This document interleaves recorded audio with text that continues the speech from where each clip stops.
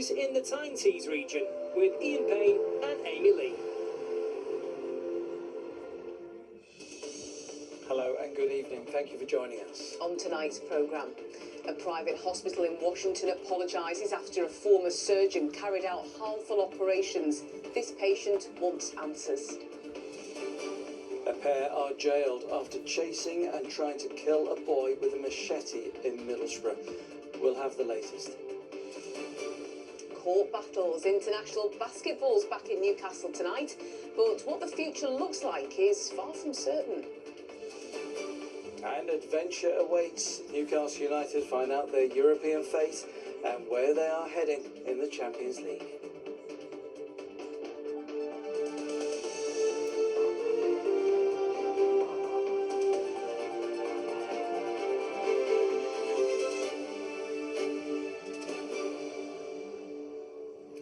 First tonight, to a man who says he has been left in constant pain after operations by a Wearside surgeon who he says he once regarded like a god. David Render had a series of procedures to his hands and lower arm performed by orthopaedic surgeon Leslie Irwin. They were carried out for the NHS at a private hospital in Washington run by Spire Healthcare. Spire has since apologised to David and it's removed Mr. Irwin's right to practice at all its sites. The legal firm handling David's case says other patients treated by the same surgeon are coming forward with concerns. Our health correspondent Helen Ford reports. This is one of your photographs. It is Niagara Falls in Canada.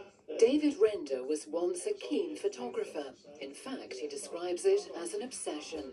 And I bought this one. Now he says it's rare he can enjoy his hobby due to the pain and restricted movement he lives with every day. It's made my life very complicated because if I want to do anything now, I've got to plan ahead, and everything I do comes with a consequence because of the pain. So if I do something, I've got to take very strong painkillers, but afterwards I then suffer a lot of pain from it and I can't sleep at nights. This chapter in David's life dates from 2017 when he suffered a fall. He was referred via the NHS for treatment at the privately operated Spire Hospital in Washington. After an initial procedure, David was transferred to the care of orthopaedic surgeon Leslie Irwin. Over the next 4 years, Mr. Irwin carried out a series of operations on David's hands, wrists and elbows. How did you regard Mr. Irwin? Like a god. I thought he was saving us. I thought the man could walk on water. He was a lovely bloke. Such was David's faith in Mr. Irwin, he wasn't concerned when Spire Healthcare contacted him last year, explaining it was seeking an independent review of his treatment and asking for his feedback. Then, at the end of 2025, David was shocked to receive its conclusions. Among the findings, it said the technique used in his first procedure appeared to have caused damage to a wrist. There had been no clinical indication, in other words, appropriate reason for the second surgery, and it said the placement of screws in his little fingers was poor. The review concluded David had come to harm, apologised to him, and offered him further support. The case is now in the hands of solicitors. One told me he's seeing other patients of Mr. Irwin coming forward, anxious about their own treatments. We know that some have been contacted by Spire about issues that have been raised. Others are aware in the media about concerns about Mr. Irwin's work. We are seeing trends of patients who are very concerned about repeat surgeries, and we're seeing trends of people who are concerned about the types of surgery that they've had. Spire Healthcare confirmed that Leslie Irwin practiced at its hospital in Washington for more than 20 years before he was suspended in August 2023. The following year, it withdrew what it calls his practicing privileges. Last summer, Spire began a review around a number of his patients and procedures. Spire told us in a statement, "We sincerely apologise to those patients who did not receive an appropriate standard of care from Mr. Leslie Irwin. We are currently reviewing specific procedures that were provided to a select cohort of patients of Mr. Irwin and are in direct contact with these patients to offer support at what we recognise as a concerning time." It says the review is in line with NHS guidelines. There have been other developments too. Leslie Irwin is no longer registered to practice medicine. An entry on the General Medical Council's website confirms he gave up his registration in May last year. The GMC, which is responsible for upholding professional standards, can only investigate doctors who are registered. We invited Leslie Irwin to respond to the points raised in this report. He has not provided a comment. And I was thinking to myself, well, This former patient of Mr. Irwin says after putting his trust in the surgeon, he's trying to understand everything he's now learned about his treatment. Did you ever question the number of procedures that you received from Mr. Irwin? no, because he was such a nice man, you just believe that he's doing things to help you personally. So I never questioned him for a minute. David says the consequences of his operations have impacted every aspect of his life. A priority now is discovering how procedures he thought were helping him went so badly wrong. And Helen joins us now in the studio. Helen, David Render's treatment was carried out at the Spire Hospital in Washington, but Mr. Irwin also worked within the NHS.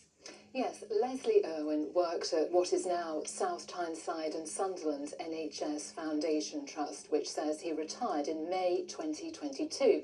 Now, in a statement, the Trust told us, "We are liaising with Spire in relation to concerns over Mr. Leslie Irwin and currently working through the detail of which patients the Trust will need to review." It said, "We have also asked the Royal College of Surgeons to support us in this process.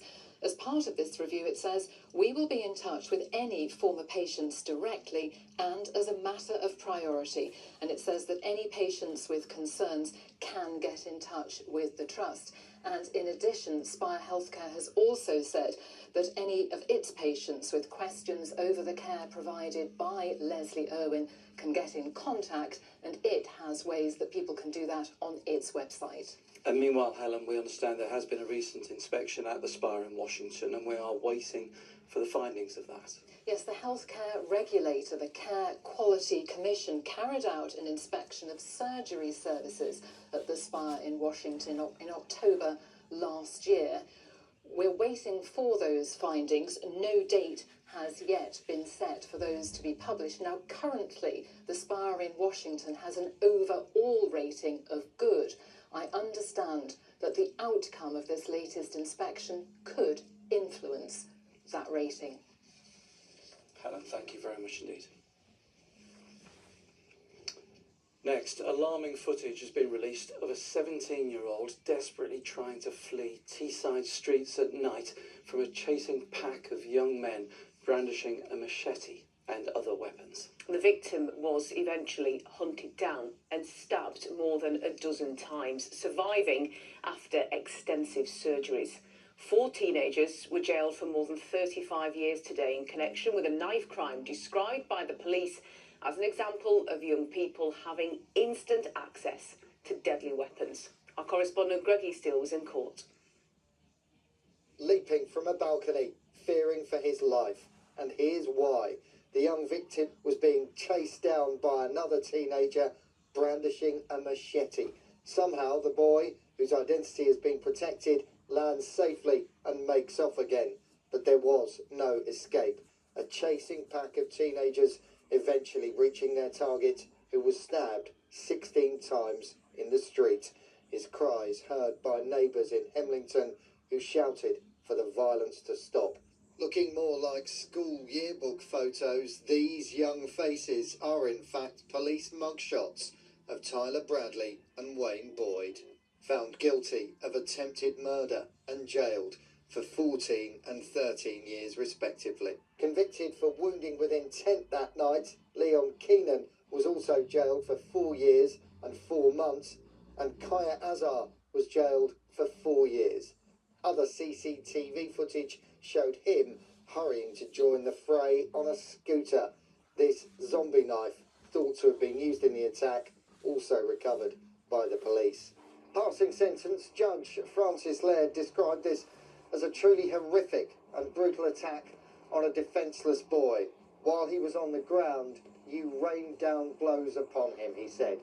He jailed the 4 teenagers for a total of more than 35 years. These young men had one thing on their minds when they hunted down and pursued the victim, and that was to use extreme violence, inflicting horrific injuries upon him. Immediately after the attack, they fled the area, leaving him in the street, fighting for his life.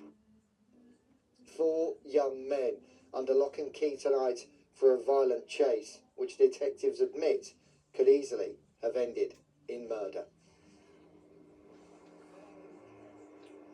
Well, the 2 young men convicted of attempted murder, Tyler Bradley and Wayne Boyd, both raised a lone fist high into the air towards their families as they were led away to begin their sentences which could, on paper, take them from their teens into their early 30s if they serve the entire term. Their victim, meanwhile, we understand, continues to make a recovery, and we believe that recovery is expected to be good, leaving him, perhaps rather remarkably, with no permanently, massively life-changing injuries. Police eager to stress, though, the role of residents who ran to help him in the wake of that attack, saying without their assistance, the situation could have ended far worse. Greg Eastdale, live for us in Middlesbrough tonight. Greg, thank you. Next tonight, a warning that this next item might be triggering, with potentially distressing images and descriptions, especially for those who have a history with eating disorders. In the final part of our series, we've been hearing that people with them are backing a ban on social media for under 16s. As Hannah Ludlow reports, around 3/4 of people with an eating disorder are seeing harmful content online every day. University of Newcastle student Matilda was just 11 years old when she first got into social media with her friends. But it wasn't long before she became inundated with posts about eating disorders. It's really scary the way you can get sucked in from such a young age. It did feel like I literally couldn't consume any form of media without relating it back to my eating disorder in some way. I'd find a way every single time. And then it's just like, you're trapping yourself, but you also feel like everything else is trapping you. Matilda is now recovering from her eating disorder, but still regularly sees triggering content. Like a gym bro's what I eat in a day, and he'll have like his calories and his macros and all of this sort of stuff, and you're like, ooh. And it's then really hard to put that foot down and go, no, I don't need to see this. Let's just keep going, sort of thing. In a survey of people with experience of eating disorders shared exclusively with ITV News, 75% said they see harmful social media content daily, and 21% see it weekly. 87% said harmful content had negatively impacted their eating disorder or that of a loved one. Now everybody has access to social media on their phones, and the fact that people are crying out and saying, hey, this is harming my eating disorder, I think is a huge concern, and we have to do something about it. If you are being triggered, just take a step back and remove yourself from that environment. We are really keen that parents and carers and individuals report content when they see it. All social media platforms have a duty to protect children from harmful content under the Online Safety Bill.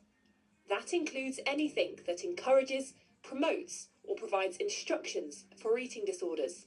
The real shame for me is that misinformation isn't included in there, because that is a real trigger, especially nowadays where you get a lot of diet culture online. You get a lot of tips that are passed around, and it's very easy to then pick up the wrong information that could be really harmful for you. Online safety expert George Spower from Chester Street says it's difficult to remove harmful content entirely from social media platforms. If it takes 24 hours to remove harmful content, chances are that harmful content's already done its harm. People with eating disorders might be triggered by a video of a pizza. Some people might be triggered by seeing someone work really hard in the gym. Other people, it might be specific eating disorder content. Because everyone's unique, everyone's an individual, you're never going to be able to remove all content that triggers everyone off the internet. That's why Matilda is backing a social media ban for under 16s. You owe young children honesty when it comes to issues like this that could cause them such serious problems later on in life. And it's just sometimes parental supervision just isn't enough. Hannah Ludlow, ITV News. And a reminder, you can see that full series on eating disorders now on ITVX. Well, yesterday, the Prime Minister was in Newcastle and he stood firm on Labour's pledge to keep increasing the minimum wage for younger workers to catch up with people in the job market. Well, that's despite rising numbers of young people out of education, employment or training. Well, tonight, Nick Smith looks at different sides of that argument. Hospitality workers, like those here at this pub in Gateshead, often benefit the most financially from minimum wage rises. It's also an industry which relies heavily on younger workers, but the manager is concerned that a planned wage increase from April will see them struggle to balance the books. We can't pass it on to customers, the consumers, because the prices have already gone skyrocketing really with the cost of ingredients, the cost of beer, the cost of gas, electric, national insurance increases. So we're trying to look at ways of getting more out of the business from the staff that you've got in. You're just trying to save everything you can without passing on to the customer, and more needs to be coming from the government. The national living wage is the minimum amount paid to full adult workers and was set at £9.50 per hour in 2022, rising to £10.42 the following year, and in 2024 to £11.44. The age threshold was also lowered that year from 23 to 21, rising again to £12.21 last year. From April, it's set to increase to £12.71, and those aged 18 to 20 were set to see their minimum hourly rate rise to nearly £11 for the first time. But with youth unemployment currently at 16%, labour market experts tell me the steady plan for wage equity could briefly be put on hold. I think basically what's happened is the government came into power with this ambition to raise youth minimum wage rates to the adult rate, but at the time they came in, the labour market was looking stronger, hiring was stronger, employment was still rising. What has happened since essentially is that things have weakened. So youth unemployment has been rising, the overall unemployment rate has been going up as well, hiring has been slowing. It still might be possible for youth minimum wage rates to go higher, but I think in this context it does make sense to be a bit more cautious. Those who fight for fairer pay are worried we may see an eventual reversal of plans for wage equity across the workforce. We welcome a strong wage floor, as well as the principle that young people should be paid the same as anyone else for a hard day's work, because they face the same high and increasing living costs as everybody else. And that's why the real living wage, which is the voluntary rate that we promote, only has one age band for everyone above the age of 18. That's currently £13.45 an hour. The government says they have a manifesto commitment to ensure all adults are eligible for the same minimum pay by 2029 and will await the Low Pay Commission's recommendations before finalising this year's planned increases, which may mean our lowest paid young people could see their wages stall for another year at least. Nick Smith, ITV News. The ITV Evening News continues after us with your national and international headlines. A seismic win for the Greens in Gorton and Denton, but a bruising blow for Labour. Keir Starmer's vowed to keep on fighting, but MPs say it must be a wake-up call. We'll have the latest analysis. Soham double murderer Ian Huntley remains in a serious condition as his attacker is named. And the Wanted's Max George speaks from the heart about having his pacemaker fitted. Do join us for those stories and more from 6:30.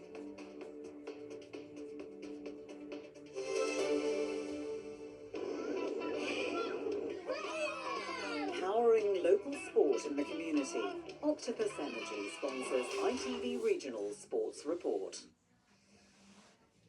Simon has joined us in the studio. We are going to look forward to the weekend sport in just a moment. But first things first, Simon, the Champions League draw took place this morning, didn't it? It did, and it's Barcelona.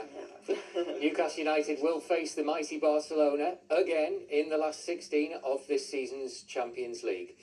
The draw took place at UEFA headquarters in Switzerland this morning. The first leg is at home at St James's Park on Tuesday, the 10th of March. The second leg is at the Spotify Camp Nou in Barcelona 8 days later on Wednesday the 18th of March. They're the Spanish champions. These two teams have got history. I can't wait. Yeah, it's going to be great, isn't it? The fact that they're pitched together again. We knew they would either be drawn against Barcelona or against Chelsea, the way that the draw was already contrived. There wasn't an easy draw. There wasn't a bad draw. This is the glamorous one, though, isn't it? It certainly is. I do think it's the harder option. Newcastle know Chelsea. They know Barcelona, but not as well. But it's Barcelona. This is everything you want from a tie. It's superstars at St James's Park again. It's a great trip for the fans. Newcastle will be the underdogs, but they'll absolutely have a puncher's chance. And there's all the old memories. Tino Asprilla's hat-trick against Barcelona in 1997. And Tino was at St James's Park when the teams met again in the opening game of this season's competition last September. Barcelona won 2-1 that night, but it was really close. Now, Eddie Howe gave his regular press conference before the draw, but he couldn't resist looking ahead. So here's his thoughts on Barcelona and on tomorrow's Premier League game against Everton. The Barcelona game at home, very similar. I thought we deserved more from the game. I thought we played very well. That would be a great tie too. So I think we're in a great position where whoever we get is sort of mouth-watering for us and a great thing to look forward to. I think with the other great distractions we've got going on in our season, nothing should get in the way of our Premier League focus. So I think starting tomorrow, we need to be really focused on giving our best efforts and trying to win as many games as possible. Meanwhile, Sunderland travelled to Bournemouth, hoping to put an end to their first real dip in form since returning to the Premier League. It follows a run of 3 straight league defeats, but even during their flying start to the season, Regis Lebris warned there would be sticky spells, and he's been proved right. It's certainly no disaster. The Black Cats are far from relegation fodder, and despite recent results, spirits are still high on Wearside. We are going through a difficult run, which is it's not comfortable. We don't like it, but it's part of the process. It doesn't mean that we are not progressing. It doesn't mean that we are not in a good place according to our objectives. But it's tough and it's part of the process, and you have to accept that. Middlesbrough play at Birmingham City on Monday, but if you want to see how Borough's promotion rivals do tomorrow, the EFL highlights are on ITV1 at 25 to 12 tomorrow night. Women's football is on an international break, so is men's basketball, and Great Britain face Italy at the Eagles Virtue Motors Arena tonight. Newcastle head coach Mark Stuttle is also head coach of Team GB, and his international life has not been easy these past few months. Great Britain's basketball team is on the rise, but British basketball itself is a battleground. A civil war's waging over the future of the game. At one stage last year, Team GB was suspended from international competition because of governance issues. A lot of the sport's movers and shakers, including Paul Blake, the owner of the Newcastle Eagles, worked hard to get the suspension removed, but it's been one battle after another.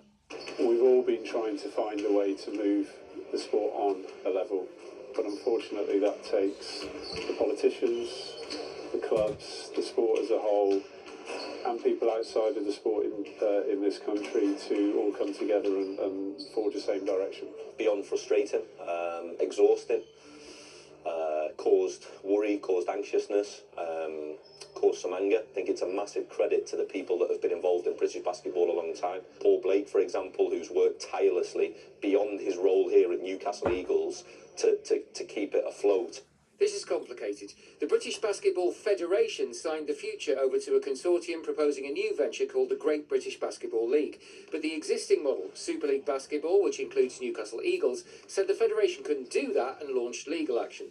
Then FIBA, the international governing body, asked what was going on and suspended Team GB. The suspension was quickly lifted. Super League Basketball and FIBA have since come to an understanding. The British Basketball Federation went into liquidation, possibly because of the legal fees, and no one really knows what's up with the GBBL guys, and looming over all of this is America's mighty National Basketball Association planning to launch NBA Europe.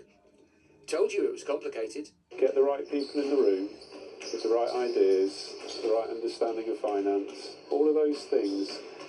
If they're done and people listen, then we won't have a problem. Proud that we've kept the group together and we're doing well in World Cup qualifying, and yeah, I think that shows a testament to what the game means to the people on the ground.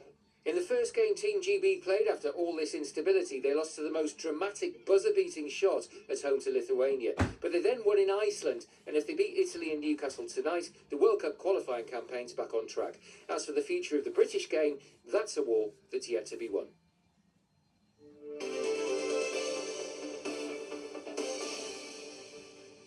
Thank you, Simon. There's plenty of sport going on, and there's plenty going on in the sport. Yeah, there certainly is. Loads to look forward to as well. Let's take a look at the weekend weather forecast. Here's Nick. Wet by the coast, with a high chance of sun and splashing. TUI sponsors ITV Tyne Tees weather. Hello, it's been a mainly cloudy day today. A chance of sunshine over the weekend, more likely tomorrow. Even then we'll be hard pressed than Sunday. And talking about Sunday, there is something notable. It's the start of spring. Well, meteorologically speaking, if you go by the equinox for the start of spring, still 3 more weeks. That's on March the 20th this year. Weather-wise this weekend, plenty of cloud tomorrow, the risk of a few showers. Looks cloudier still on Sunday and windier by then with occasional rain. And here's a reason. Low pressure to the south of us at the moment, though still giving some outbreaks of rain, particularly across North Yorkshire. Then a gap tomorrow, still the chance for showers.